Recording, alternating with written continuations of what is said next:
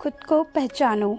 एक वक्त की बात है, शेरनी ने जंगल में एक बच्चे को जन्म दिया और जन्म देते ही वह उसी जगह पर मर गई।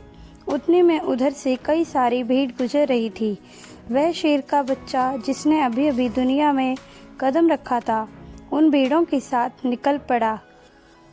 अब वह शेरनी का बच्चा उन भेड़ों के साथ ही रहने लगा और उन भेड़ों के साथ रहने की वजह से वह खुद को एक भेड़ ही समझ रहा था। उसने कभी मांस नहीं खाया और वो इन भेड़ों के साथ मिलकर घास खाने लगा था।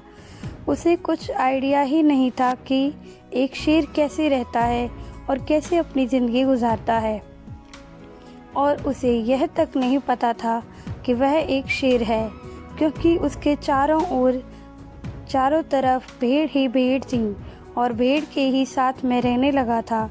उसने कभी शेर की तरह नहीं दहाड़ा। फिर समय गुजरता गया और वह एक शेर का बच्चा एक जवान शेर बन गया। वह भेड़ों के झुंड में बिल्कुल अलग ही दिख रहा था, लेकिन भेड़ों के साथ रहकर भेड़ों को उसकी आदत हो गई। एक दिन एक बूढ़े शेर ने उन भेड़ों के झुंड पर हमला कर दिया। जब उस बूढ़े शेर ने भेड़ों के झुंड पर उस जवान शेर को देखा तो वह हैरान हो गया। उसे अपनी आंखों पर विश्वास नहीं हो रहा था। उसने देखा कि एक जवान शेर भेड़ों के साथ घूम रहा है।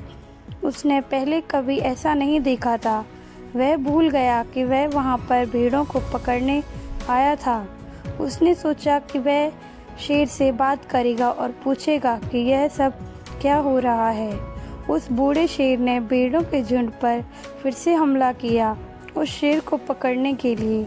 भेड़ों में जैसे ही उस बूढ़े शेर को देखा, सब अपनी जान बचाकर भागने लगे और उस भेड़ों के साथ एक शेर का बच्चा जो बड़ा हो गया था, अब शेर भी अपनी जान बचाकर भागने लगा। कुछ देर के बाद उस बूढ़े शेर ने उस जवान शेर को पकड़ लिया। बूढ़े शेर ने उस जवान शेर को पकड़कर यह कहा, अरे बेवकूफ़, तू मुझे देखकर भाग क्यों रहा है? जवान शेर ने रोते हुए कहा, प्लीज़ मुझे छोड़ दो, मैं एक साधारण सा भेड़ हूँ, मुझे जाने दो। वो उस बूढ़े शेर को देखकर एक भेड़ की तरह काँप रहा था। बूढ़ा शेर यह सुनकर हैरान हो गया और वह समझ गया कि यहाँ पर क्या हो रहा था। बूढ़ा शेर उस जवान शेर को एक नदी के पास लेकर गया। यंग शेर वहाँ से भागने की कोशिश कर रहा था, लेकिन बूढ़े शेर ने उसको नदी की तरफ धकेलते हुए कहा कि अपने आप को इस पानी में देख। नदी का पानी पूरी तरह शांत था। बूढ़े शेर ने जवान शेर को कहा कि अपने चेहरे को इस नदी में देखो और फिर मेरे चेहरे को देखो। अपनी बॉडी को नदी में देखो और फिर मेरी बॉडी को देखो। उस जवान शेर ने डरते हुए अपना चेहरा नदी में देखा और जैसे ही उसने अपना चेहरा नदी में देखा तो हैरान हो गया।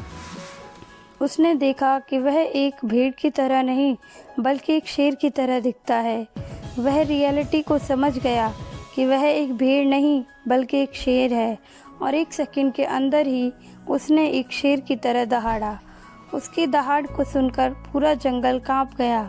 उसने अपने आप को पहचान लिया, अपनी पावर्स को पहचान लिया, और तभी उसने अपने आप में एक ऐसी एनर्जी महसूस की जो उसने आज से पहले कभी नहीं की थी। फिर उसने सोचा कि एक भीड़ की तरह जीना रियलिटी नहीं थी, वह सिर्फ एक मेंटली कॉन्सेप्ट था। पर अब तो रियलिटी को जान चुका था। इस कहानी से बहुत ही डीप मैसेज निकलकर सामने आता है। अपने अंदर से उस वीकनेस को निकालो जो आपके अंदर झूठ बोल बोल कर बैठा है। आप भी एक शेर की तरह हो जो भेड़ों के बीच फंस चुके हो।